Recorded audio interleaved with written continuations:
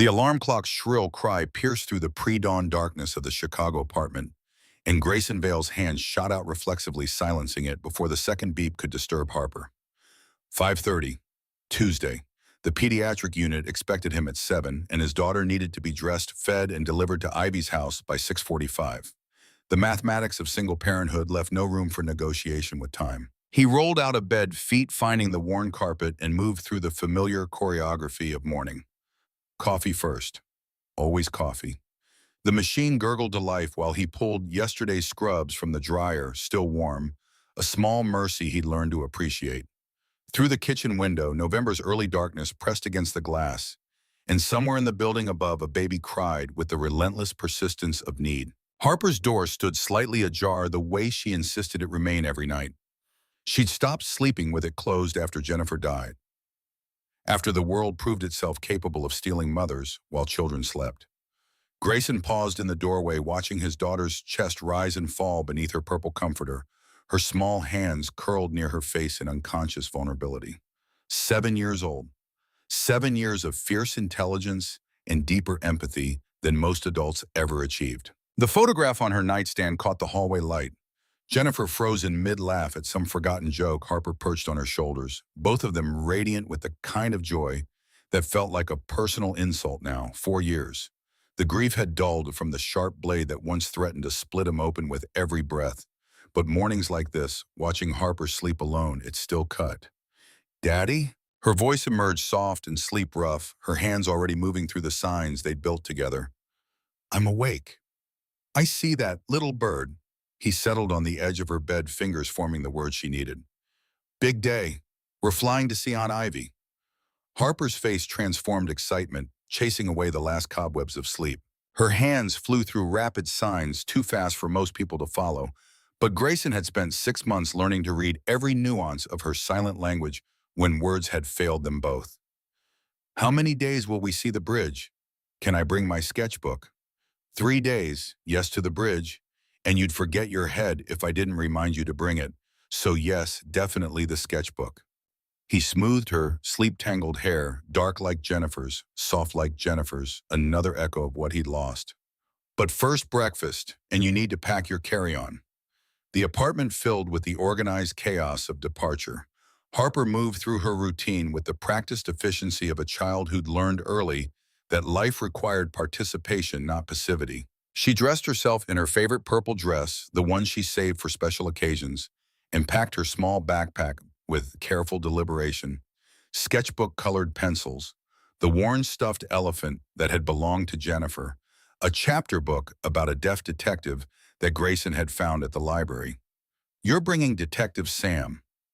Grayson watched her tuck the book into the front pocket, securing it with exaggerated care. Harper's hands moved with that particular firmness she employed when making important points. "Aunt Ivy hasn't read it yet. I want to tell her about the part where Sam solves the museum mystery using only ASL and observation." Pride swelled in Grayson's chest, that complicated mix of love and sorrow that parenthood after loss had taught him. Harper had chosen deafness as her superpower, not her limitation. She devoured stories about deaf heroes, deaf artists, deaf scientists. She'd learned 3 dialects of American Sign Language with the same intensity other kids applied to video games. And she'd pulled him along with her, forcing him to see the beauty in silence, the poetry in hands, shaping meaning from air. The cab to O'Hare arrived at 6:48, 3 minutes late, which meant they'd hit the security line at exactly the wrong moment. Grayson calculated distances and wait times with the precision of a man who'd been measuring margins for 4 years. Harper sensed his tension and slipped her small hand into his, squeezing twice. "Their code. I'm here. We're okay." The airport pulsed with pre-Thanksgiving chaos. Families dragged overstuffed luggage toward gates. Business travelers moved with hurried efficiency, and somewhere near the food court, a child's tantrum echoed off the high ceilings. Grayson guided Harper through the crush of bodies, her backpack bouncing against her shoulders, her eyes wide as she absorbed every detail of the crowd. Gate B-17. Flight 2847 to San Francisco. Boarding in 40 minutes. They found seats near the window, and Harper immediately pressed her nose to the glass, watching ground crews load luggage with the focused attention she brought to everything. Grayson pulled out his phone, checking the messages he'd already read twice. Ivy's text from last night. Can't wait to see you both. Guest room is ready. Bought Harper those art supplies she mentioned. His supervisor's email confirming his coverage was arranged. The electric bill notification that he'd deal with when they returned. Nothing from anyone who mattered in the way that mattered. No Jennifer sending updates about her morning run. No Jennifer asking if he'd remembered to pack Harper's allergy medication. No Jennifer existing anywhere except in photographs and the genetic code of the child beside him. Daddy, that lady is crying. Grayson followed Harper's gaze to a woman 3 rows away. Mid-30s blonde hair pulled back severely, phone pressed to her ear. Even from a distance, the tension in her shoulders told a story of barely contained desperation. She ended the call with visible effort, and for just a moment her face crumpled before she reconstructed it into professional neutrality. Maybe she got bad news. Harper signed her 7-year-old face creased with concern. Maybe, but it's not our business, little bird. Harper nodded, but Grayson saw the wheels turning behind her eyes. His daughter had been born with an emotional radar that registered other people's pain with uncomfortable accuracy. It had made her childhood grief more complicated, feeling not just her own loss, but somehow absorbing the sorrow that radiated from Grayson in those early months. It had also made her extraordinary. Boarding commenced with the usual chaos of zones and priority groups. Grayson and Harper filed into economy with Zone 4 locating their seats in row 19. Window and middle. The aisle seat remained empty as passengers shuffled past, stowing bags and settling in. Grayson helped Harper buckle in, stored their carry-ons, and tried to ignore the mounting pressure in his chest that always accompanied flying. Jennifer had loved flying. She'd loved the moment of liftoff, the defiance of gravity, the impossible physics of metal wings holding thousands of pounds aloft. Grayson had loved watching her love it, the way her face lit up when the wheels left the ground, the way she'd grip his hand and lean across him to see the earth fall away. Now he just endured it. Another thing on the list of experiences that Jennifer's absence had drained of joy. The plane filled slowly. A businessman claimed the aisle seat, immediately opening his laptop and ignoring both Grayson and Harper with the practiced indifference of frequent flyers. The cabin crew moved through their safety demonstrations with choreographed precision. Harper watched intently, her hands unconsciously mimicking the gestures for oxygen mask and flotation device, translating the instructions into her own language. The engine's rumble built to a roar. The plane lurched into motion, taxiing toward the runway with mechanical purpose. Grayson's hand found Harper's and she squeezed back. 3 times their expanded code. I love you. Then from somewhere ahead in the cabin, a sound cut through the engine noise. A child's cry, high and desperate, carrying a note that Grayson's professional training immediately flagged as distress rather than tantrum. The kind of cry that meant pain or fear or need that exceeded a child's capacity to manage. Harper stiffened beside him, her whole body orienting toward the sound like a compass, finding north. The crying intensified, raw, unrelenting. The particular timbre of a child who'd moved past the point where comfort could easily reach them. Grayson felt Harper's muscles coil, recognized the determination settling into her small frame. Harper, no. But she was already unbuckling her fingers, working the clasp with the speed of absolute certainty. Harper. He tried to infuse authority into his whisper, but she'd inherited Jennifer's stubbornness along with her hair color. We need to stay in our seats. Her hands moved rapidly, signing with an intensity that brooked no argument. Someone needs help. I can help. The flight attendants will. She was already sliding past him, her small body slipping into the aisle before he could physically stop her without causing a scene. The businessman looked up from his laptop, irritation flickering across his face, and Grayson muttered an apology that went unheard as he unbuckled his own seatbelt and followed his daughter's determined march toward first class. Harper moved with purpose, weaving between a flight attendant pushing a beverage cart and a passenger returning from the bathroom. Grayson followed in her wake, his heart hammering against his ribs, acutely aware that they were violating multiple regulations and probably terrifying whoever was dealing with the crying child. The first-class cabin opened before them, a different world of wider seats and more personal space. The crying came from row 3, and Grayson registered the scene in fragments. A small boy, maybe 6. Tears streaming down his flushed face, hands moving in frantic, uncoordinated gestures. A woman beside him, blonde hair now disheveled, her face a mask of helpless anguish as she tried and failed to understand what her son needed. And Harper already kneeling in the aisle, her hands beginning to move with fluid grace, forming shapes that Grayson recognized as ASL, even as the specific words escaped him. The crying stopped, not gradually, not with the slow wind down of a child being comforted. It simply stopped as if someone had flipped a switch. The silence felt louder than the screaming had been. Grayson froze in the entrance to first class, his prepared apology dissolving unspoken. Harper's hands continued moving slow and careful, and the boy watched her with wide, red-rimmed eyes. His own hands began to respond hesitant at first, then gaining confidence, forming signs that Harper met with patient encouragement. The woman in the seat stared at Harper with an expression Grayson had seen before in his work. The look of a parent drowning who'd just been thrown a rope. "I'm so sorry." Grayson found his voice moving toward his daughter. "She shouldn't have." The woman held up one trembling hand, stopping him mid-sentence. Her eyes never left Harper's moving fingers. She, is she signing to him?" "Yes, ma'am." She learned ASL when Grayson stopped, uncertain how much explanation this moment required. "She's fluent. Is she understanding what he's saying?" The woman's voice cracked, carefully controlled emotions threatening to spill over. "Can she tell what he needs?" Grayson watched Harper's hands move through another series of signs. Watch the boy respond with increasing calm. "Apparently." Harper turned to face him, her small face serious with the weight of translation. Her hands formed the words, slowly making sure he caught every sign. "Daddy, he needs his blue blanket. His grandmother made it for him. It's in the silver suitcase up there." She pointed to the overhead bin. "He says it smells like her, and he can't fly without it. He's scared because he can't find it." The woman's composure shattered. Her hand flew to her mouth, and tears spilled down her cheeks with the force of pressure finally released. "His grandmother's blanket, of course. Of course, that's what he needs."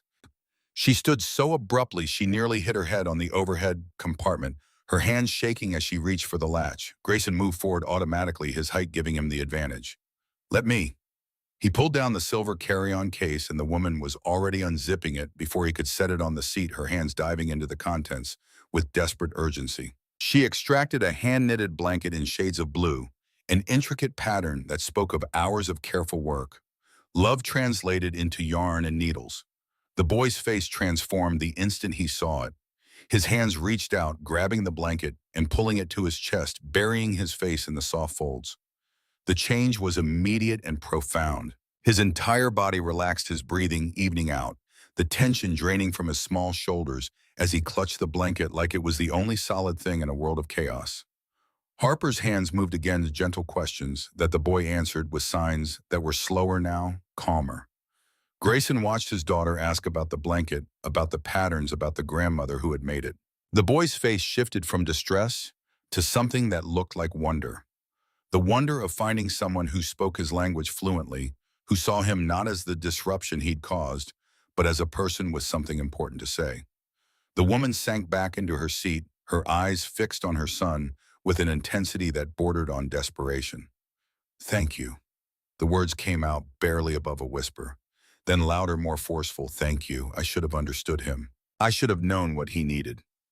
A flight attendant appeared at Grayson's elbow, her professional smile firmly in place, but her eyes concerned. "Sir, I'm going to need you and your daughter to return to your seats for takeoff." "Of course. Harper, we need to—" "Wait." The woman's voice cut through, commanding, despite its rawness. "Please wait."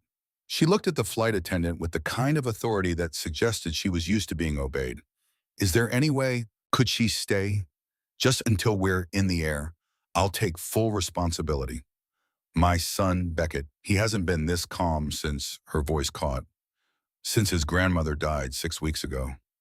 The weight of that sentence hung in the air. 6 weeks, the wound fresh enough to bleed, old enough to have established new patterns of grief. The flight attendant's expression softened. She glanced at the boy, now quiet and calm with his blanket, then at Harper, who knelt in the aisle with the patient stillness of someone who knew she was needed. "There's an empty seat across the aisle, sir. If you'd like to sit there just while the children connect. Once we're at cruising altitude, you'll need to return to your ticketed seat." It was phrased as a suggestion, but Grayson understood it was also the flight attendant's way of managing a situation that had technically violated multiple protocols while producing an outcome no one could reasonably object to. If that's okay with you, Grayson said to the woman, uncertain what else to offer. Please. The word came out with such intensity it was almost a prayer. Please, if she doesn't mind. Beckett hasn't been able to communicate like this since my mother. She swallowed hard. My mother was the one who truly understood him. She taught me to sign, pushed me to learn, but she was always better at it, more patient, more intuitive. And I'm still learning how to do this alone. Grayson looked at Harper, who had already turned back to Beckett, her hands forming new signs, her face lit with the particular joy she got from teaching someone something new. The boy responded, his movements gaining confidence, and something in Grayson's chest loosened and tightened simultaneously. He settled into the seat across the aisle, buckling in as the plane began its taxi toward the runway. Through the gap between seats, he could see Harper and Beckett, their hands moving in silent conversation, creating meaning in the space between them. The woman, Beckett's mother, watched them with an intensity that suggested memorization, her own hands twitching slightly as if trying to learn from Harper's patient instruction. The engines roared, the plane accelerated down the runway, and Grayson felt the familiar lurch as the wheels left the ground, as gravity lost its hold and faith in engineering took over. Harper didn't flinch, too absorbed in her conversation with Beckett to notice the transition from earth to air. The boy's face showed concentration rather than fear, his hands forming signs in response to Harper's questions. Grayson had seen his daughter in teaching mode before. She approached it with the same serious intensity she brought to her own learning, breaking down complex concepts into manageable pieces, adjusting her pace to match her students' comprehension. But this felt different. This felt like Harper had found something she'd been unconsciously seeking, a way to use her hard-won language for something beyond her own survival. The seatbelt sign dimed and the cabin settled into the familiar rhythm of flight. But Harper and Beckett remained absorbed in their silent dialogue, building bridges across the divide of sound and silence, with nothing but the shapes their hands made in the air between them. Grayson watched the woman watching her son and recognized the expression on her face because he'd worn it himself in the mirror during those 6 months when Harper had retreated into silence. The desperate hope that someone, anyone, could reach the child you loved more than breathing, but couldn't quite access. The gratitude mixed with grief that it took a stranger to bridge a gap you should have been able to cross yourself. Somewhere over Iowa, the woman turned to look at him, really look at him, and offered a small smile that carried the weight of shared understanding. I'm Sloan Whitmore. Grayson Vale, and that's Harper. She's remarkable. Sloane's eyes drifted back to the children, watching Harper demonstrate a new sign, watching Beckett copy her movements with focused precision. Absolutely remarkable. She is. The familiar swell of pride rose in Grayson's chest, complicated as always by the grief that shadowed every good thing about his daughter. She teaches me something new every day. How long has she been signing? 4 years. She started learning when Grayson stopped, unsure how much of their story to share with a stranger on an airplane. But something about the rawness in Sloane's expression, the visible edges of her own grief, made him continue. When she needed a way to communicate that didn't require her voice, Sloane nodded slowly, and Grayson saw understanding dawn in her eyes. She didn't push for details, didn't probe the obvious wound, and he felt grateful for the restraint. Instead, she said quietly, Beckett is my whole world, but sometimes I wonder if I'm equipped to be the parent he needs. I think every parent wonders that. Grayson kept his voice low, conscious of the other first-class passengers, even though most had headphones on or were absorbed in their own concerns. Hearing kids, deaf kids, anywhere in between. We all wonder if we're enough. Are you traveling for Thanksgiving? Sloane asked, and Grayson recognized it for what it was, a rope thrown towards safer conversational waters. Visiting my sister in San Francisco. She's been begging to see Harper for months. Work and distance kept getting in the way. He paused, then added, What about you going home? I had business meetings in Chicago all week. Sloane's fingers twisted together in her lap, a nervous gesture that contradicted her polished exterior. I usually don't bring Beckett on business trips, but after my mother passed, I couldn't leave him. Not right now. The grief in her voice was fresh, still bleeding, and Grayson understood with painful clarity that 6 weeks was nothing. 6 weeks was the blink of an eye in the geography of loss. He'd been 4 years out from Jennifer's death and still had days when the absence felt as sharp as the first morning he had woken up alone. I'm sorry for your loss, he offered, the words inadequate but necessary. Thank you. Sloane's voice caught slightly. She was the one who really knew Beckett, who could read him when he couldn't find the words or signs to explain what he needed. I've been trying to learn, trying to be what he needs, but moments like today, she gestured toward Beckett, still happily engaged with Harper. Moments like today remind me how far I still have to go. Before Grayson could respond, Harper turned to face him, her hands moving through a series of signs that he'd learned to read with the fluency of necessity. Daddy Beckett wants to show me the pictures of his grandmother. Is that okay? Grayson looked at Sloane, who had already pulled out her phone, pulling up photos with the kind of practiced motion that suggested she looked at them often. Maybe too often, unable to let the grief settle into something manageable. For the next hour, Grayson watched his daughter and this stranger's son build a friendship in the language of hands and expressions, watch them communicate with a depth that many speaking children never achieved. Beckett showed Harper pictures of his grandmother, an older woman with kind eyes and silver hair, and Harper responded with stories about Jennifer, signing the memories with careful detail. Sloane watched it all with that same intense focus, occasionally asking Grayson to translate when Harper's signs moved too quickly for her still developing fluency. And slowly, gradually, Grayson saw some of the tension drain from her shoulders, saw her breathing even out as her son laughed silently at something Harper had signed about a trip to the zoo. Somewhere over Nevada, after Harper had taught Beckett a new sign for friendship, and Beckett had taught Harper his grandmother's special sign for "I love you," the flight attendant approached with gentle firmness. "I'm sorry, but I really do need the young lady to return to her seat now. We'll be starting beverage service, and I can't have her in the aisle." Harper looked at Beckett, and even without understanding the specific signs, Grayson could read the promise in her movements. "I'll see you again. We'll talk more." Beckett's response was equally clear, even to Grayson's less fluent understanding. "Thank you for understanding, for seeing me." The walk back to row 19 felt longer than the walk up had been. Harper's hand found his squeezing 3 times, and Grayson squeezed back his throat tight with emotions he couldn't quite name. Pride, certainly, but also something else. Something that felt like the first crack in the wall he'd built around the possibility of connection beyond the bubble of him and Harper against the world. Their seatmate barely glanced up as they settled back in, still absorbed in whatever spreadsheet demanded his attention. Harper pressed her face to the window, watching clouds pass beneath them. But Grayson could tell from the set of her shoulders that her mind remained in first class, replaying the conversation, cementing the new friendship. The flight attendant brought drinks, ginger ale for Harper, coffee for Grayson, that tasted like hot disappointment, but provided the caffeine he needed. The businessman beside them ordered Scotch neat, and Grayson wondered what required chemical fortification at 11 in the morning. As they began their descent into San Francisco, Harper turned to him, her hands moving with careful deliberation. "Daddy, can we see them again? Beckett and his mom." Grayson's chest tightened. He thought about their lives in Chicago, about his schedule at the hospital, about the carefully constructed routine that kept them afloat. He thought about Sloane's polished appearance, the first-class seat that probably cost more than his monthly rent, the gulf between their worlds that felt as vast as the country they just crossed. "I don't know, little bird. They live in San Francisco. That's very far from home." Harper's face fell, and Grayson felt the familiar stab of guilt that came with being unable to give his daughter everything she wanted. But before he could offer empty comfort, a flight attendant appeared beside their row, holding a small piece of paper. "Mr. Vale, the woman from first class asked me to give you this." Grayson took the paper, recognizing the thick cardstock of an expensive business card. "Sloan Whitmore, CEO, Whitmore Renewable Energy." A San Francisco address, a phone number written on the back in careful handwriting, along with a note.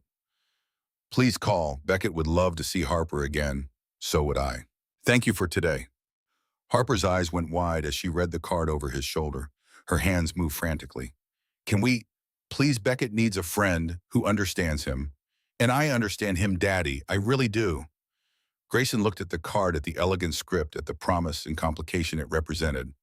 He thought about Jennifer, about how she'd always pushed him to take chances, to trust that good things could still happen, even after the worst thing already had. He thought about Harper's face when she'd been signing with Beckett, the pure joy of being needed and useful in exactly the way her skills allowed. "We'll see," he said, which wasn't a yes, but wasn't a no either. Harper knew this answer, had learned to parse his hesitations and uncertainties. She nodded, accepting it, and turned back to the window, As the San Francisco Bay came into view, the Golden Gate Bridge spanning the water in the distance. The plane touched down with the gentle bump of good piloting. Passengers stood immediately grabbing bags from overhead compartments with the urgency of people who'd been still too long. Grayson and Harper waited, letting the crowd thin in no hurry to rush into the terminal. As they finally stood and gathered their things, Grayson glanced toward first class. Through the gaps between deplaning passengers, he caught a glimpse of Sloane holding Beckett's hand, the blue blanket draped over the boy's shoulders like a cape. She turned as if sensing his gaze, and their eyes met across the cabin. She mouthed two words, "Thank you." Grayson nodded, uncertain what else to offer. Then Harper tugged his hand, and they joined the shuffle of passengers moving toward the exit, toward baggage claim, toward Ivy's waiting embrace, and 3 days of family Thanksgiving. But as they walked through the terminal, Harper's hand in his, Grayson couldn't stop thinking about Sloane's expression when she'd watched her son communicate freely for the first time in 6 weeks. Couldn't stop thinking about the note on the back of the business card, the invitation implicit in those carefully chosen words. Ivy met them at baggage claim with her characteristic exuberance, sweeping Harper into a hug that lifted the 7-year-old off her feet. "There's my favorite niece and my favorite brother, though you're my only brother, so the competition isn't exactly fierce." Harper giggled, the sound still precious to Grayson after the months of silence that had preceded its return. She signed, rapidly telling Ivy about the flight, about Beckett, about the blue blanket and the grandmother, and the new friendship that had formed at 30,000 feet. Ivy listened with the patience of someone who'd learned ASL alongside Grayson, who'd been there through Harper's silence, and supported them both through the worst of the grief. When Harper paused for breath, Ivy looked at Grayson with raised eyebrows. "Sounds like quite a flight." "You have no idea." Grayson hefted their luggage off the carousel, muscle memory from 4 years of single parenting, making the logistics automatic. They drove to Ivy's apartment in the Mission District, Harper chattering from the back seat about everything she wanted to do during their visit. The bridge, yes, but also the sea lines at Pier 39, the cable cars, maybe the exploratorium, if there was time. Grayson half listened, his mind drifting back to first class, to Sloane's grief-stricken face, and Beckett's desperate need. Ivy's apartment was warm and cluttered in the best way, filled with books and plants and photographs spanning decades of family history. She'd prepared the guest room with fresh sheets and had stocked the kitchen with Harper's favorite foods. After settling in, after Harper had explored every corner of the apartment and claimed the window seat as her reading spot, Ivy cornered Grayson in the kitchen while his daughter was absorbed in her sketchbook. "So are you going to call her?" Grayson looked up from the coffee he was pretending to need. "What? The CEO from the plane? Don't look at me like that. Harper told me the whole story, including the part where the mom gave you her card and asked you to call." Ivy leaned against the counter, her expression knowing. "Are you going to—" "I don't know." Grayson set down his mug, the coffee already cold. "It's complicated. Life is complicated. That's not a reason to avoid potentially good things. She's a CEO. She flies first class. She lives in a completely different world than we do. And her son is deaf and lonely, and your daughter just gave him 3 hours of connection he desperately needed." Ivy's voice gentled. "You're not considering this for you. You're considering it for Harper. And maybe for that little boy who was crying so hard he couldn't breathe until your daughter showed up." Grayson pulled Sloane's card from his pocket, running his thumb over the embossed lettering. "What if it's weird? What if we call and it turns out she just felt grateful in the moment, but doesn't actually want Gray?" Ivy cut him off with the authority of an older sister who'd been managing his anxieties since childhood. "What if it's not weird? What if it's exactly what both families need? What if Jennifer would have wanted you to at least try?" The invocation of Jennifer's name hit exactly as Ivy had intended. His late wife had been fearless in pursuit of connection, had believed that good people finding each other was never a coincidence. She would have called Sloane already, would have made plans for coffee or lunch, would have trusted that the universe didn't put people in each other's paths without reason. "I'll think about it," Grayson said, which they both knew meant he would agonize over it until he either worked up the courage to call or the moment passed and cowardice won. 3 days in San Francisco passed in a blur of tourist activities and family dinners. Harper sketched the Golden Gate Bridge from every angle, fed sea lions at the pier, and peppered Ivy with questions about her work as a graphic designer.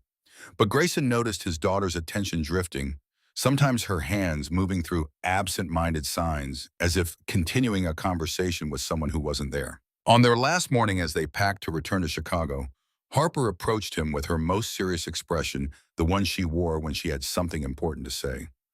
"Daddy, you have the card, the one from Beckett's mom." It wasn't a question. Harper had inherited Jennifer's observational skills along with her hair. "I do.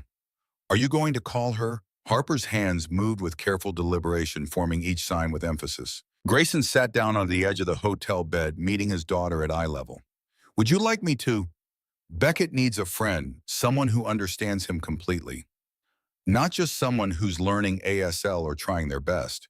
Someone who already knows. Harper's face carried a gravity beyond her 7 years.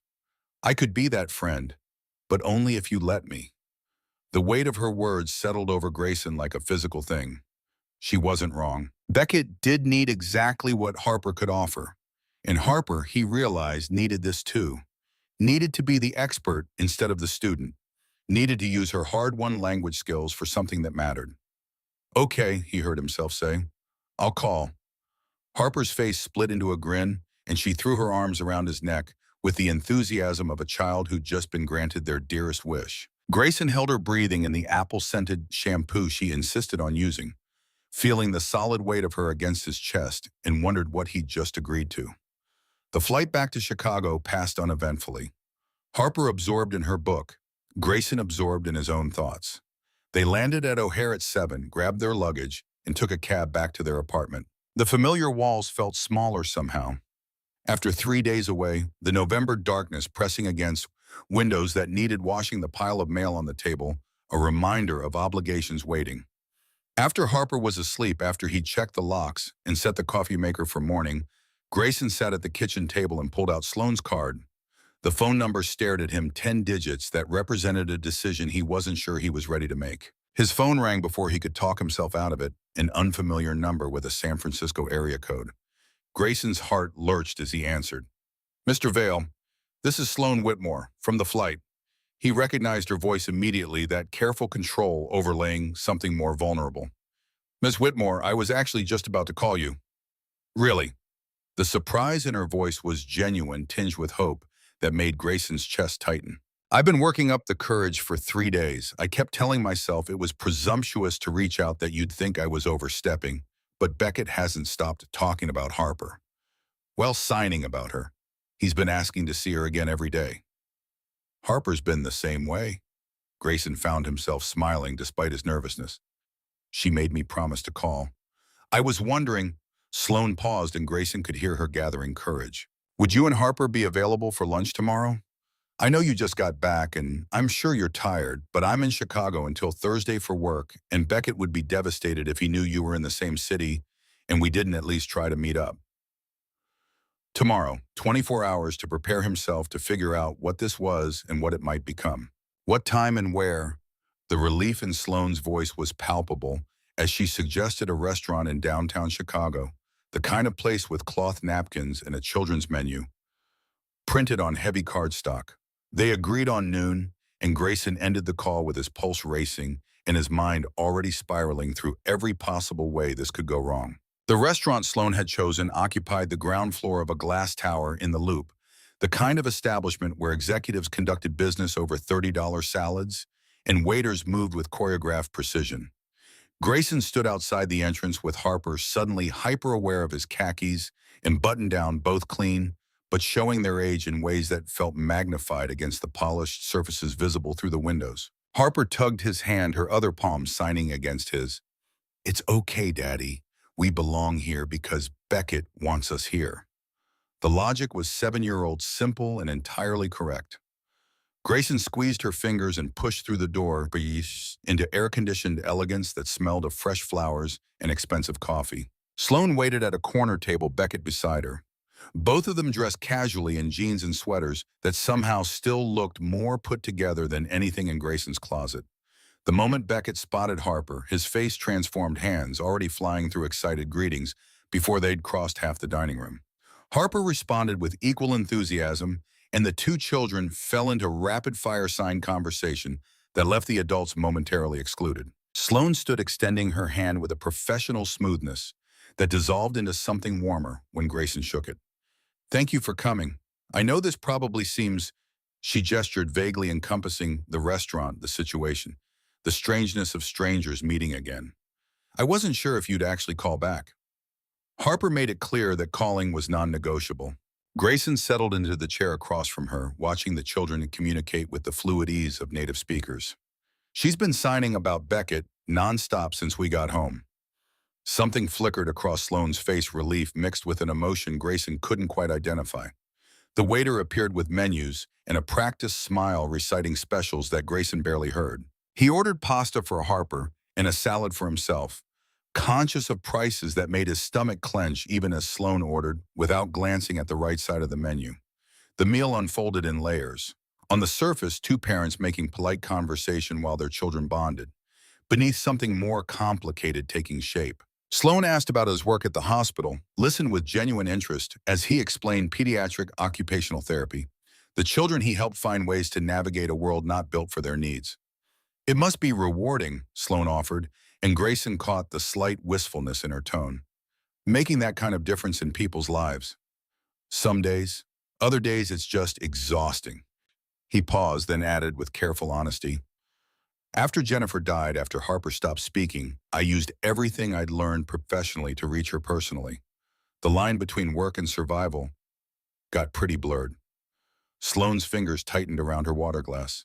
My mother was like that with Beckett.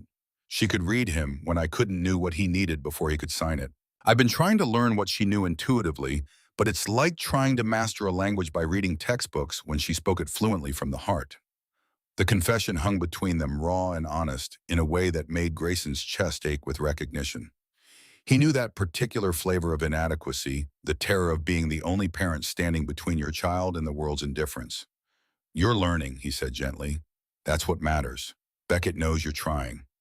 Does he? Sloane looked at her son now, teaching Harper a sign that made both children dissolve into silent laughter. Sometimes I wonder if all he knows is that I'm not my mother, not the person who truly understood him. Before Grayson could respond, Harper turned to him with her serious face, the one that preceded important announcements. Her hands moved with careful emphasis. Daddy Beckett's birthday is next month. His mom is planning a party, but he's worried none of the other kids will know how to talk to him. Can I come help? Grayson's mind raced through logistics, distances, the impossibility of flying to San Francisco for a child's birthday party. But Sloane was already leaning forward, her professional composure cracking, to reveal desperate hope underneath. I know it's a huge ask. I know you have your own life in Chicago, and I have no right to impose, but if there's any way... She stopped, seeming to hear herself, and laughed shakily. I'm sorry, I must sound completely unreasonable. It's just that Beckett's been dreading his birthday since my mother died. She always made it special, always knew exactly how to make him feel celebrated instead of different. And I have no idea how to do that without her. The vulnerability in her admission cut through Grayson's defenses. He thought about Harper's birthdays since Jennifer's death, the ones he'd fumbled through with too much cake and not enough understanding of what a little girl actually needed. The ones where Ivy had quietly stepped in to handle the details, he'd missed the emotional nuances he'd been too grief-stricken to navigate. When is it? December 15th, 3 weeks from now. Sloane's eyes searched his face for permission to hope. I would cover all the travel costs, obviously, and you could stay with us. I have plenty of space, and it would mean everything to Beckett, to me. Grayson felt the weight of the decision pressing down. 3 weeks. A trip to San Francisco. Staying in this woman's home, accepting her generosity, crossing lines that felt simultaneously natural and terrifying. Harper's hand found his under the table, squeezing 3 times. The code that meant more than I love you. It meant trust me. It meant I need this. It meant please. Okay, he heard himself agree. We'll come. The relief that washed over Sloane's face was so profound, it felt intrusive to witness. Her eyes filled with tears, she blinked back quickly, professional composure reasserting itself, but Grayson had seen the crack in the armor and couldn't unsee it. Lunch stretched to 3 hours. The children played finger games between courses, inventing new signs for concepts that didn't have standard ones. Sloane asked Grayson's advice about Beckett's upcoming IEP meeting at school, and he found himself sketching strategies on a napkin, falling into professional mode without thinking. She listened with focused intensity, occasionally asking questions that revealed both her intelligence and her determination to get this right for her son. When they finally left the restaurant, Beckett clung to Harper's hand with the desperation of a child facing another separation. Harper signed and promises, her face solemn with the weight of commitment. "I'll see you at your birthday. We'll make it the best one ever." The cab ride back to their apartment felt surreal.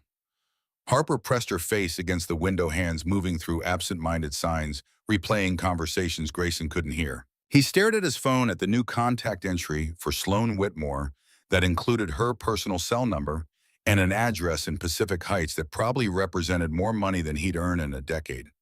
"You like her?" Harper's observation came without judgment, just 7-year-old directness that left no room for deflection. "I barely know her, little bird." "But you like her anyway, I can tell." Harper turned from the window, her eyes too knowing.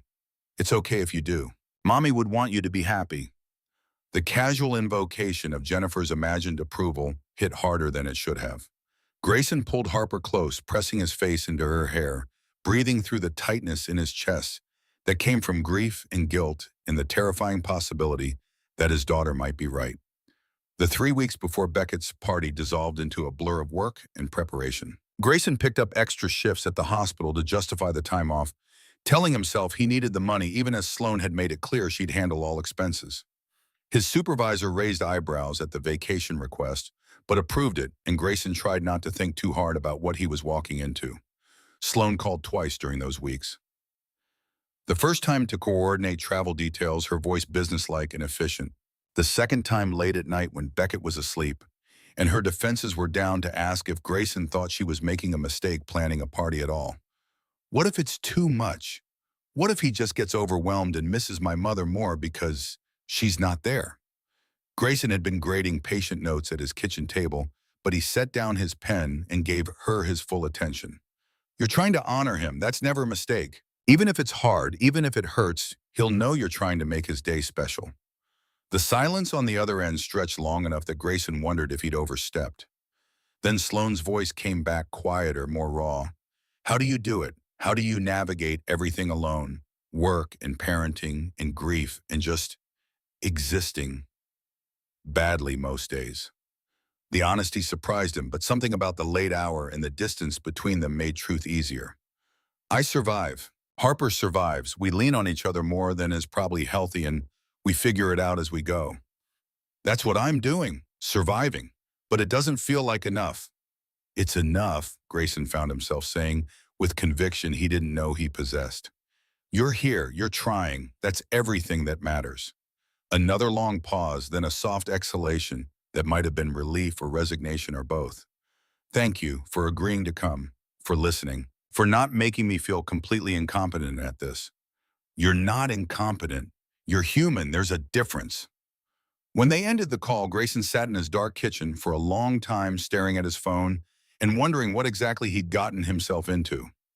The flight to San Francisco fell on a Friday, and Harper vibrated with excitement from the moment they left the apartment. She'd packed Beckett's birthday present with meticulous care, a book about deaf astronauts she'd found at the library, and convinced Grayson to buy, wrapped in purple paper, she'd decorated them with hand-drawn signs spelling out "Happy Birthday." Sloan met them at baggage claim, Beckett practically bouncing beside her with barely contained energy. The boy launched himself at Harper the moment they cleared security, and the girls dissolved into rapid signing that needed no translation. Sloan's smile as she watched them felt like sunrise, warm and transformative. "Ready for the chaos." Her tone was light, but Grayson caught the tension underneath. "Fair warning, my house is currently overrun with party planners and caterers, and I have no idea if any of it is going to work." The drive to Pacific Heights revealed a San Francisco Grayson had only seen in movies. Sloan's home occupied a converted Victorian, all elegant lines and carefully preserved architectural details, the kind of place that whispered old money and good taste. Inside, it managed to be both impressive and lived-in, expensive furniture, softened by Beckett's artwork on the walls and toys scattered in corners. "Guest room is upstairs, second door on the right." Sloan gestured toward a staircase that probably cost more than Grayson's annual salary. "Make yourselves comfortable. We're doing pizza for dinner because I'm too fried to deal with anything more complicated." The next 24 hours passed in a whirlwind of party preparation. Grayson found himself drafted into inflating balloons, assembling a bounce house in the backyard, and helping Sloan review the playlist for the fourth time. She'd hired an ASL interpreter for the party along with several deaf college students to ensure Beckett and any other deaf children who attended would have abundant communication partners. Is this too much? Sloan asked for the 10th time, surveying the backyard that had been transformed into a wonderland of color and activity. Tell me honestly, is this helping, or am I just trying to throw money at grief? Grayson watched Beckett and Harper test the bounce house, their faces lit with uncomplicated joy. You're showing your son he matters, that his community matters, that his birthday deserves celebration. That's not throwing money at grief, that's love. Something shifted in Sloane's expression, a wall coming down or a door opening. Grayson couldn't tell which. She turned to face him fully, and he was struck again by how different she looked outside the armor of professional composure. Tired, uncertain, beautiful in a way that had nothing to do with her expensive clothes, and everything to do with the fierce love visible in every anxious question. Thank you, she said quietly, for being here, for bringing Harper, for making me feel like maybe I'm not completely destroying my son's childhood. You're not. Grayson resisted the urge to reach for her hand, uncertain of boundaries and terrified of his own impulses. You're giving him exactly what he needs, a mother who loves him enough to try him. The party itself exceeded every expectation.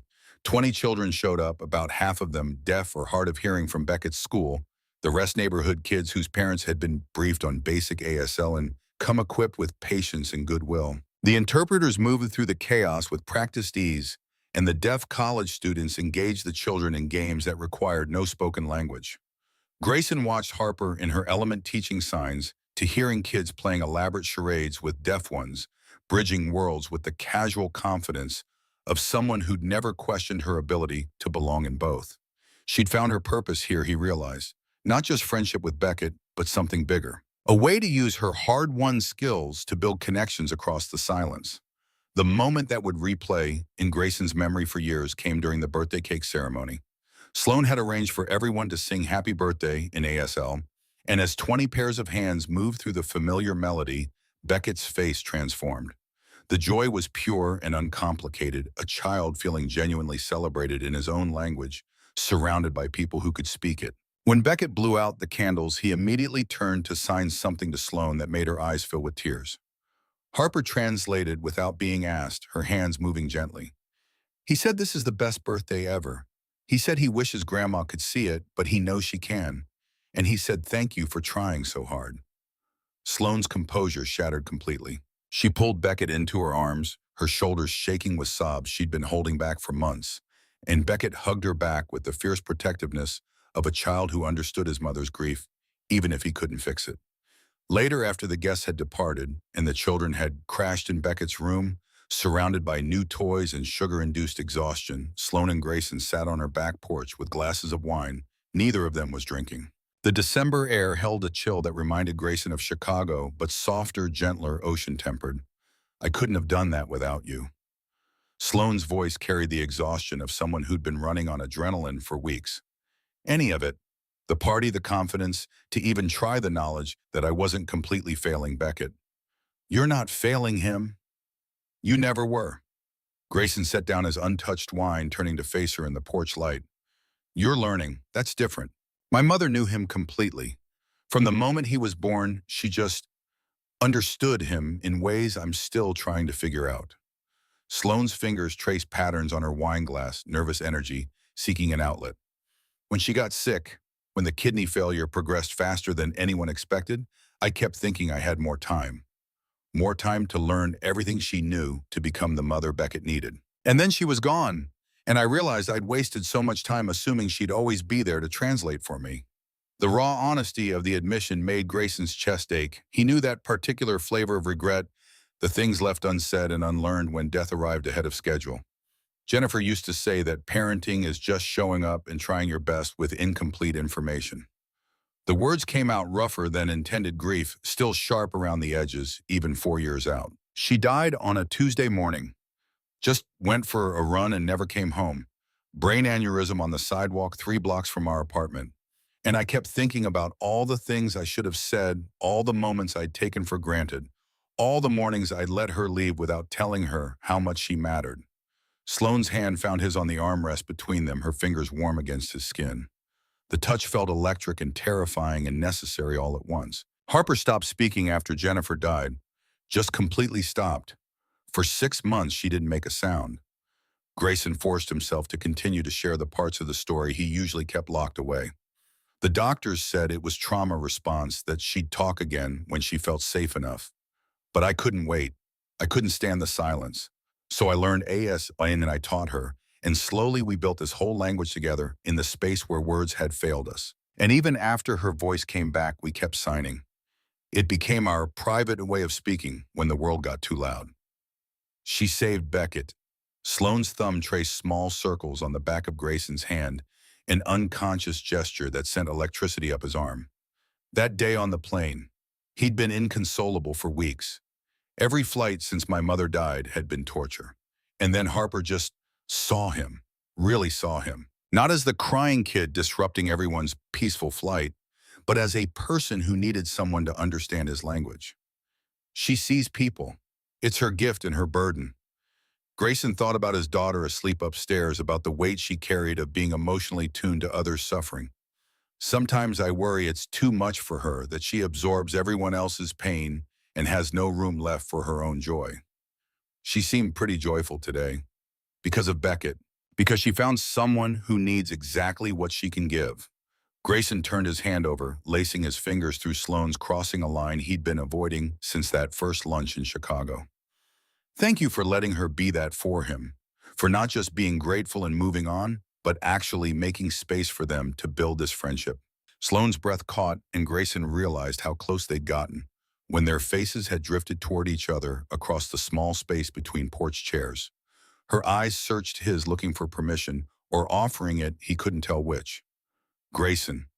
His name on her lips sounded like a question and an answer simultaneously. The porch door opened, and they sprang apart like teenagers caught kissing. Harper stood in the doorway, rubbing her eyes, her hair sleep mussed, and her expression confused.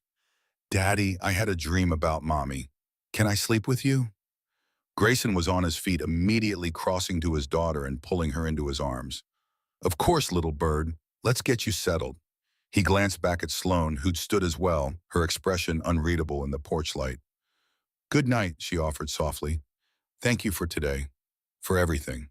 Good night, Grayson echoed and carried his daughter inside his hand, still tingling from where Sloane's fingers had rested. The flight home to Chicago 2 days later felt heavier than the one out. Harper pressed her face against the window, signing absently to herself, processing the weekend in her own internal language. Grayson stared at his phone at the text from Sloane that had arrived that morning. Come back soon, Beckett's already asking when he'll see Harper again. So am I. And the honesty of that final sentence sat in his chest like a stone and a promise. Back in Chicago, winter settled in with characteristic brutality. The hospital filled with respiratory cases and slip and fall injuries, and Grayson's schedule compressed into a series of double shifts and stolen sleep. But twice a week, like clockwork, his phone would ring with Sloane's number, and they'd talk while their children were asleep, sharing the small victories and persistent anxieties of single parenthood. The conversations evolved gradually. Professional advice about Beckett's development became personal confessions about loneliness and grief. Sloane talked about the pressure of running a company while raising a deaf son alone, about board members who questioned her judgment, and ex-husbands who'd proven their cowardice when life got complicated. Grayson shared the crushing weight of being Harper's entire world, the terror that one mistake could break the fragile equilibrium they'd built. Sometimes I think about what Jennifer would do in situations, and I realize I'm comparing myself to a ghost who couldn't make mistakes because she's not here to make them. Grayson spoke into the dark of his bedroom, the clock reading 1:15, his shift starting in 6 hours. And that's not fair to either of us. My mother was the same way, perfect in memory because memory doesn't include the fights or the mistakes or the times she had no idea what she was doing either.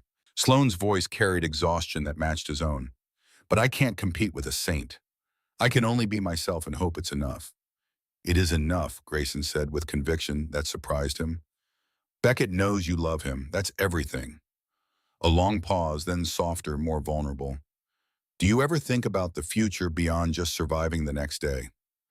The question hung between them, weighted with implications neither of them had spoken aloud. Grayson thought about Sloane's hand in his on the porch, about the almost kiss interrupted by Harper's nightmare, about the way his chest tightened every time her name appeared on his phone. Sometimes, he admitted, but it's hard to imagine when we live 1,000 miles apart. What if we didn't? Grayson sat up in bed, suddenly wide awake despite the late hour. What? I've been thinking about restructuring the company, moving our secondary headquarters to Chicago. Sloan spoke quickly, words tumbling over each other in nervous momentum. It would mean Beckett and I would be there at least 2 weeks every month, maybe more. And I know that sounds crazy. I know it's a massive business decision, but Beckett needs Harper. They're teaching each other things I could never give them alone. And maybe she stopped gathering courage. Maybe it's not just about the kids. Grayson's heart hammered against his ribs, possibility and terror warring in his chest. Sloan, that's a huge decision. You can't upend your entire company because what? Because my son is thriving for the first time since his grandmother died. Because I've been happier in the last month than I've been in years. Because when I talk to you, I feel like someone actually sees me. Not just the CEO or the single mother or the woman who can't quite get parenting right. Her voice cracked. I'm not doing this on a whim, Grayson. I'm doing this because Beckett needs Harper and I... Another pause, heavier this time. I think I need you. The confession hit like a physical blow. Grayson stood pacing his small bedroom phone pressed to his ear, mind racing through implications and possibilities and the sheer impossibility of what she was suggesting. You barely know me. I know you're a good father. I know you're kind and patient, and you've survived something that would have broken most people. I know talking to you feels like coming home to somewhere I've never been. Sloane's breath hitched. And I know I'm probably scaring you by being this honest, but I'm tired of pretending this is just about our children's friendship. Grayson stopped pacing, stood in the center of his bedroom in the dark, and let himself feel the full weight of what she was offering. Not just visits, not just phone calls, but actual proximity. The possibility of building something real. I'm scared. He admitted the words raw and honest. I'm scared of what it means if this works and terrified of what it means if it doesn't. I'm scared Harper will get hurt, that Beckett will get hurt, that will damage something important by wanting too much too fast. I'm scared too, Sloan whispered. But I'm more scared of wondering what if for the rest of my life. Outside Grayson's window, Chicago winter pressed against the glass, unforgiving and harsh. But inside, in the dark of his bedroom, was Sloane's voice in his ear, something warmer stirred. Something that felt dangerously like hope. When would you move? His voice came out steadier than he felt. The restructuring would take 3 months, maybe 4. I'd need to convince the board set up the Chicago office transition staff. The relief in her tone was palpable, as if his question constituted acceptance. But I could start spending weekends there immediately. And you could visit San Francisco when your schedule allows. We could figure this out together one step at a time. One step at a time, the same way he'd navigated the 6 months of Harper's silence. The same way he'd survived Jennifer's death and learned to be both parents at once. One impossible step after another until somehow improbably you'd crossed miles you didn't think you could cover. Okay, Grayson said the word, feeling like jumping off a cliff and growing wings simultaneously. Let's try. The sound Sloan made was half laugh, half sob, pure relief given voice. Really? Really? But we need to be careful with the kids. We need to make sure we're not building something on their connection that can't stand on its own. Agreed, slow and careful. A pause, then quieter, more intimate. But not so slow that we miss what's right in front of us. When they finally ended the call at 3 in the morning, Grayson lay in bed watching dawn creep across his ceiling and wondering what he'd just committed to. Terror and excitement warred in his chest, but beneath both something steadier took root.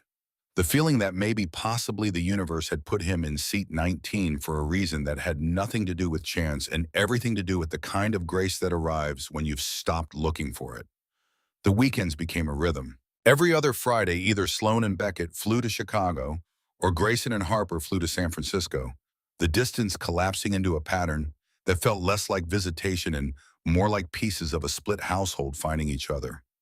January bled into February, and the four of them navigated the awkward choreography of becoming something more than friends, but not yet family. Grayson noticed the shift in how Harper moved through the world. She carried herself differently now. Shoulders back, chin up, the quiet confidence of someone who'd found their purpose. At school, she'd started an informal ASL club during lunch, teaching interested classmates basic signs. Her teacher called it leadership. Grayson called it Harper becoming who she was always meant to be. But on a Tuesday night in late February, he came home from a double shift to find her curled on the couch, face buried in Jennifer's old bathrobe that she'd pulled from the back of Grayson's closet. The sight stopped him in the doorway, bag slipping from his shoulder. Little bird, he crossed the room, kneeling beside the couch. What's wrong? Harper's hands moved slowly, weighted with an emotion too big for her small frame. I miss Mommy. I know I have Beckett now, and Sloan is nice, but sometimes I miss Mommy so much it feels like I can't breathe. The admission cracked something open in Grayson's chest. He'd been so focused on the new relationships forming, on managing logistics, and navigating his own complicated feelings for Sloan that he'd missed his daughter drowning in the undertow of old grief. Come here. He gathered her into his lap, breathing in the apple shampoo and little girl sweat smell of her. Missing Mommy doesn't mean you're doing anything wrong. You can love what we're building with Sloan and Beckett and still miss what we lost. Those feelings don't cancel each other out. But what if Sloan thinks she's replacing Mommy? What if I start forgetting what Mommy's voice sounded like because Sloan's voice is the one I hear every weekend? Harper's fingers trembled as they formed the signs, each word requiring physical effort to push through. Grayson held her tighter, his own eyes burning. No one replaces Mommy, not ever. Sloan isn't trying to be your mother. She's just trying to be someone who cares about you. And loving new people doesn't mean forgetting the ones we lost. It just means our hearts got bigger to hold more love. They sat like that for a long time, Harper crying silently against his chest while Grayson rocked her and wondered if he was doing the right thing, if moving forward was somehow a betrayal of what they'd survived together. When Sloan called that night, Grayson almost didn't answer. But Harper had fallen asleep on the couch, and he needed to hear an adult voice that understood the complicated terrain of grief and hope existing simultaneously. Bad day. Sloan's intuition had sharpened over the weeks of nightly calls. She could read his silences now.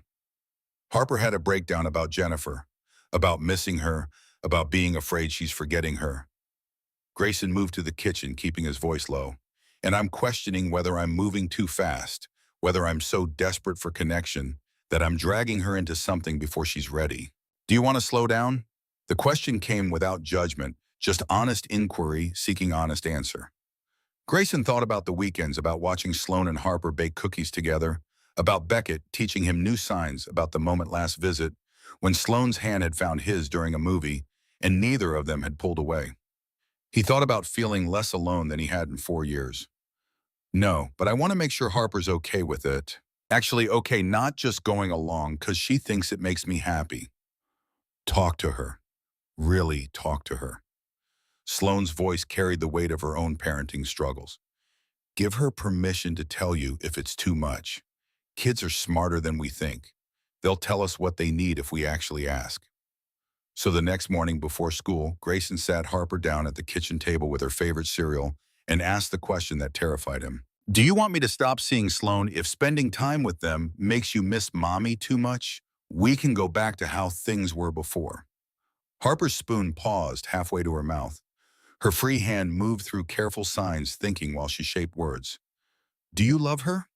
The directness nearly knocked Grayson backward. I care about her very much. That's not what I asked. Harper set down her spoon, both hands now engaged in the conversation. Do you love her the way you loved Mommy? Grayson forced himself to be as honest as his 7-year-old deserved. Different. I love Mommy from when we were young and building our life together. Sloan and I are different people who've already lived through losing everything. So it's different, but that doesn't make it less. Harper nodded slowly, processing with the seriousness she brought to complex emotional equations. I don't want you to be alone forever. Mommy wouldn't want that either. And I really do love Beckett. He's like the brother I always wanted. But sometimes it feels like we're building a new family and leaving Mommy behind, and that makes me sad. We're not leaving Mommy behind. We're taking her with us. Grayson reached across the table, taking Harper's hands in his. every good thing you learned from her, every memory we share that comes with us. Sloane's not erasing that. She's just adding something new beside it. I thought, okay, then. Harper signing, finally the gesture carrying acceptance, if not complete resolution. But can we still talk about mommy? Even with them, I don't want to pretend she didn't exist just because we have new people now. Always, we will always talk about mommy. The conversation shifted something. Harper seemed lighter afterward, as if permission to grieve openly while moving forward had lifted a weight she'd been carrying alone. And when they flew to San Francisco that weekend, Harper brought a photo of Jennifer with them, setting it on the nightstand in the guest room without explanation or apology. Sloane noticed. Of course she noticed. But she didn't comment, didn't ask Harper to hide it, didn't treat it as a threat to whatever they were building.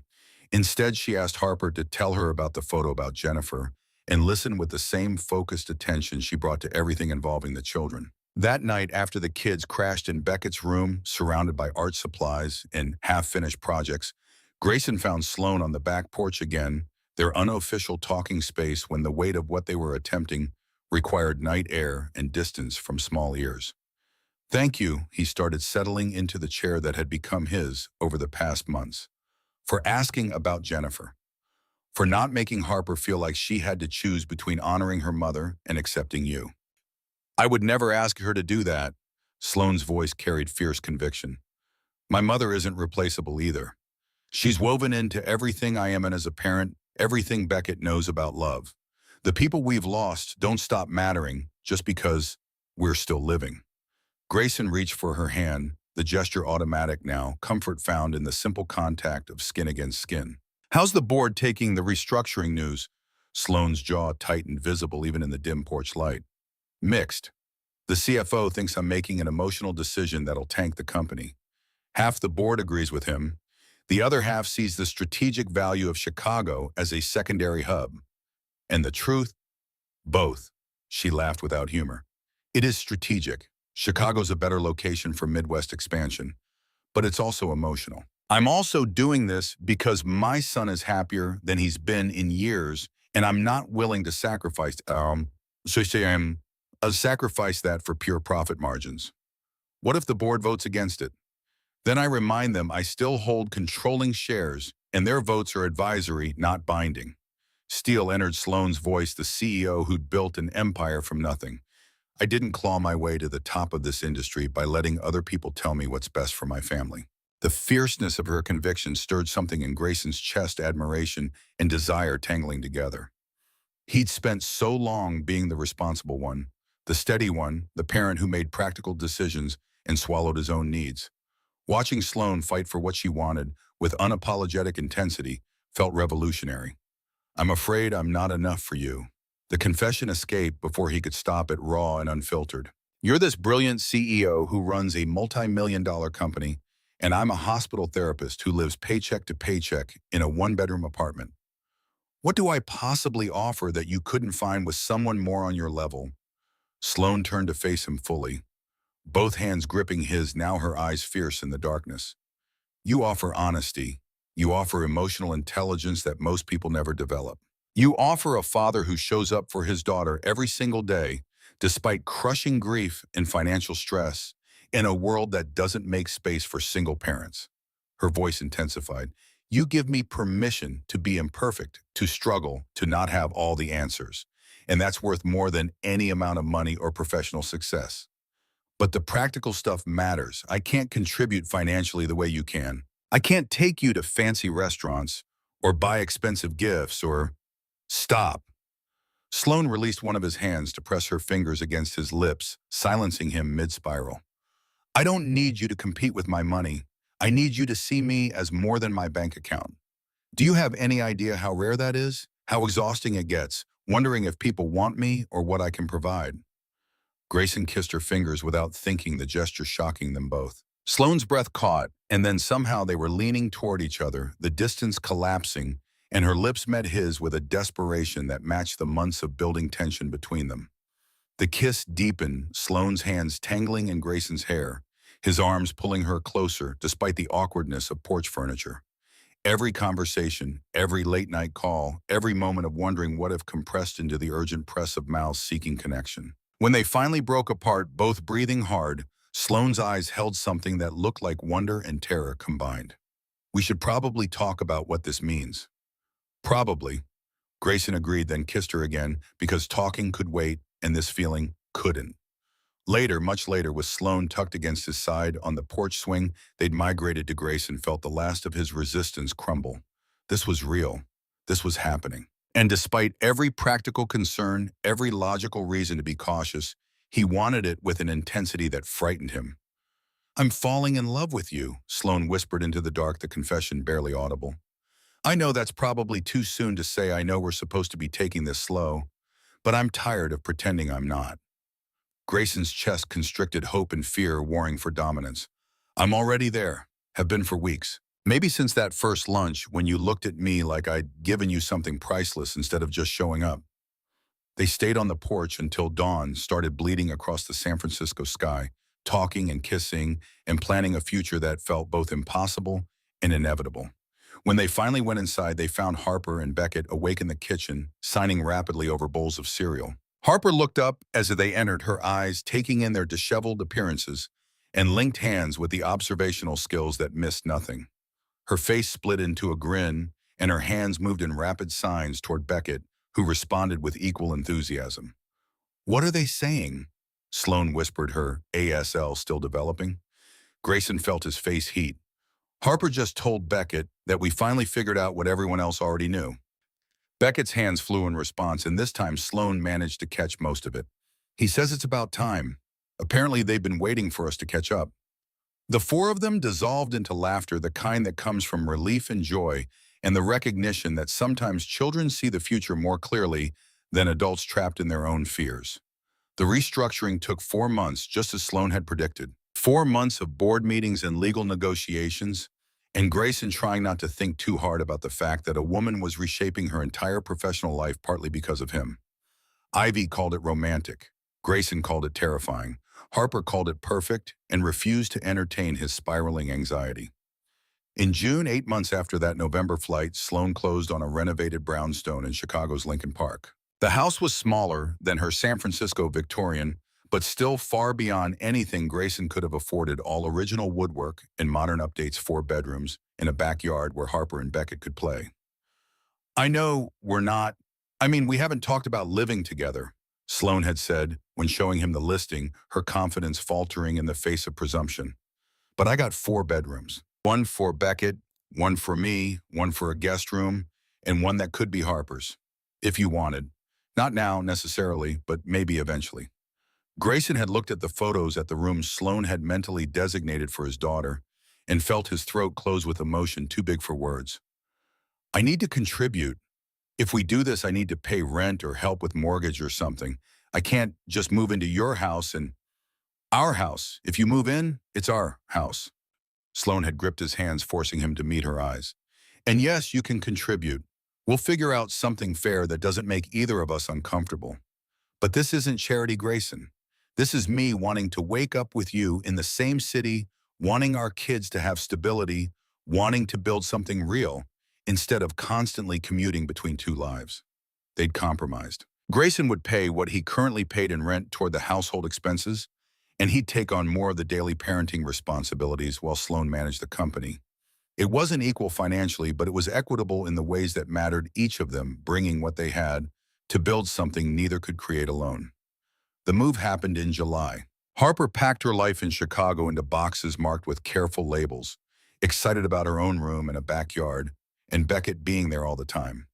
Grayson packed more slowly, each item requiring him to confront the life he was leaving behind.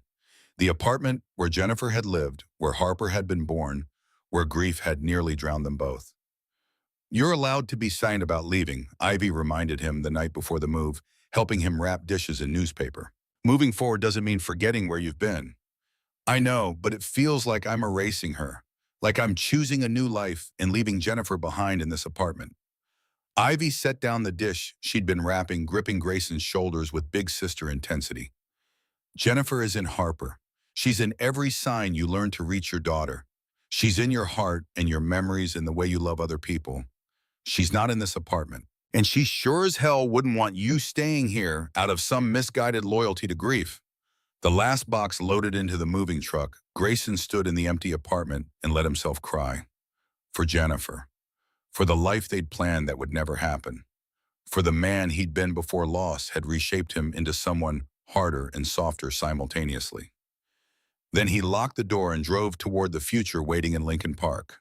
The brownstone felt enormous at first. Too much space after years in a one-bedroom, too much quiet without the ambient noise of apartment neighbors. But Harper and Beckett filled it with laughter and art projects and the constant motion of children building elaborate fantasy worlds through sign and gesture. And Sloan filled it with warmth, cooking dinners that sometimes succeeded and sometimes resulted in pizza delivery, but always brought them together around the table. They navigated the awkwardness of merged households with varying degrees of grace. Grayson struggled with letting Sloan pay for things without feeling like a charity case. Sloan struggled with relinquishing control of household management to someone else's methods. Harper and Beckett struggled with sharing space and toys and parental attention after being only children for their entire lives. But slowly, grudgingly, they became something that looked like a family. The proposal came 11 months after the flight on a crisp October evening in the Chicago Botanic Garden. Grayson had planned it carefully, enlisting Harper and Beckett as co-conspirators, setting up a picnic in a secluded area where fall colors blazed against blue sky. Sloan arrived expecting a regular family outing, laughing at something Beckett had signed about his day at school. She didn't notice Harper and Beckett moving to flank her until they were all in position. Didn't register the setup until Grayson knelt in the grass with a ring box that had cost 3 months of careful saving. "I'm not rich. I can't give you fancy vacations or designer clothes or the kind of financial security you have built for yourself." His voice shook despite rehearsal. "But I can give you honesty and partnership and a love that sees you completely, not just the parts that are easy or convenient. I can give you a family that honors both the people we've lost and the people we're becoming. And I can promise to show up every day and choose us even when it's hard." Sloane's hands flew to her mouth, tears already streaming. Beckett and Harper stood beside her, their hands moving through signs they'd practiced for weeks. "Will you marry our dad? Will you be our family? Please say yes." "Yes." The word came out choked with emotion. "Yes, 1,000 times, yes." The ring slid onto her finger, a simple band with 3 small stones that Grayson had agonized over, wanting something meaningful without mortgaging his future. Sloan pulled him to his feet and kissed him, while Harper and Beckett cheered silently, their hands flying through celebratory signs. That night, after the children crashed from excitement and too much celebratory ice cream, Grayson and Sloan sat in the backyard of their shared home, engaged now partners in something bigger than either of them had imagined possible a year ago. "We should start a foundation," Sloan said suddenly, the idea clearly forming as she spoke. "For deaf children and in their families. Combine my resources with your expertise. Make sure other parents don't feel as lost as I did when Beckett was diagnosed, as isolated as you felt when Harper stopped speaking." Grayson turned the idea over, feeling pieces click into place. "We could offer resources, subsidized therapy, interpreter training for family members. Connect families with each other so they're not navigating this alone. We'll name it after our mothers." Sloane's voice carried conviction. "The Jennifer and Margaret Foundation. Honor the women who shaped us into parents who could show up for our kids." The foundation became their shared mission. Grayson transitioned to part-time at the hospital to serve as director, and Sloan leveraged her business connections to secure funding and partnerships. Within 6 months, they'd helped their first 50 families. Within a year, they'd opened 3 resource centers across Chicago. The wedding happened in November, 2 years after the flight that had collided their worlds. They married in the same Chicago Botanic Garden, where Grayson had proposed, surrounded by close friends and family who'd watched them build something beautiful from the wreckage of their separate griefs. But the moment that would define the day came before the ceremony, when Harper and Beckett stood before the assembled guests in matching outfits they'd chosen together. Their hands moved through signs they'd created specifically for this moment, a vow of siblinghood that needed no spoken translation. "We promise to be family forever. We promise to understand each other when the world doesn't. We promise to honor the grandmothers who brought us here and the parents who taught us love survives loss. We promise to be each other's interpreter when life gets too loud or too quiet.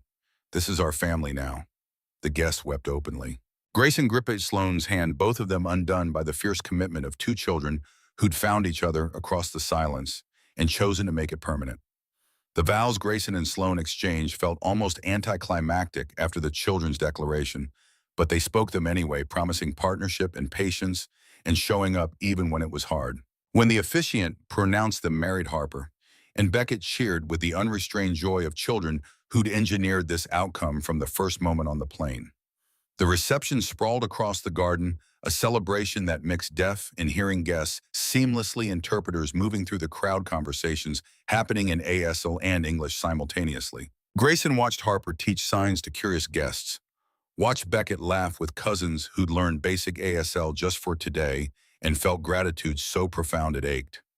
Sloane appeared beside him, her wedding dress replaced with something more practical for dancing, her face radiant with happiness that had nothing to do with the expensive venue or professional photographer. "We did it," she breathed, taking in the scene of families merged and boundaries dissolved. "We actually built this. The kids built it. We just had the courage to follow where they led." Grayson pulled his wife into his arms, swaying to music neither of them was really hearing. "Harper told me something this morning," Sloane murmured against his shoulder. "She said Jennifer would have loved me, that she knows because she talks to her mom sometimes, and Jennifer told her I was exactly who you needed." Grayson's throat closed. "What did you say?" "I said my mother told me the same thing about you, that she's glad Beckett and I aren't alone anymore." Sloane pulled back enough to meet his eyes. "And I think they're both right. I think they'd be proud of what we've built, how we've honored them by choosing to keep living." The last guest departed near midnight, leaving the newlyweds and their children in the garden under string lights that turned everything golden. Harper and Beckett had crashed on a bench tangled together in exhausted sleep. Grayson and Sloane sat nearby, watching their children and marveling at the improbability of it all. "Do you ever think about that day on the plane?" Sloane's fingers traced patterns on Grayson's palm, a nervous habit she'd never quite broken. "How different our lives would be if Harper had stayed in her seat every day, but not as Chance anymore." Grayson raised their joined hands, kissing her knuckles. Harper recognized something in Beckett's cry that I was too tired to process. She saw a child who needed what only she could give him, and in giving him that, she gave us each other. 5 years passed like water. The foundation grew beyond anything they'd imagined, helping over 2,000 families navigate the landscape of deafness and disability. Grayson's role as director became his calling, and he discovered a gift for connecting families in crisis with resources and community. Sloane balanced running her company with board responsibilities for the foundation and somehow made it look effortless even when Grayson knew it was anything but. Harper turned 12, confident and articulate in 3 forms of ASL, already talking about becoming a deaf education teacher. She'd started mentoring younger deaf children through the foundation, teaching them that their silence could be powerful instead of limiting. Beckett thrived in mainstream school with supports they'd fought to secure his artwork, winning regional competitions, his confidence growing daily. And then 3 years after the wedding, Sloane gave birth to their son. They'd been shocked by the pregnancy, had thought Sloane's previous medical complications meant more children were impossible. But there he was, squalling and perfect, a biological bridge between their merged families. They named him Callum, and from birth he was immersed in both spoken English and ASL. His first words were signed before spoken, his tiny hands forming approximations of more and milk months before his vocal cords shaped them into sound. On a November evening 5 years after that initial flight, the family gathered in the living room of the Lincoln Park brownstone. Harper and Beckett sprawled on the floor, helping Callum stack blocks he immediately knocked over with gleeful determination. Grayson and Sloane sat together on the couch, watching their children with the bone-deep contentment of people who'd survived the worst and still found joy. "I want to show them something," Sloane said suddenly, reaching for her laptop on the coffee table. She pulled up a video file, one Grayson vaguely remembered from years ago, but hadn't watched in ages. The footage was shaky, shot on a phone by a passenger who'd happened to be recording when Beckett started crying.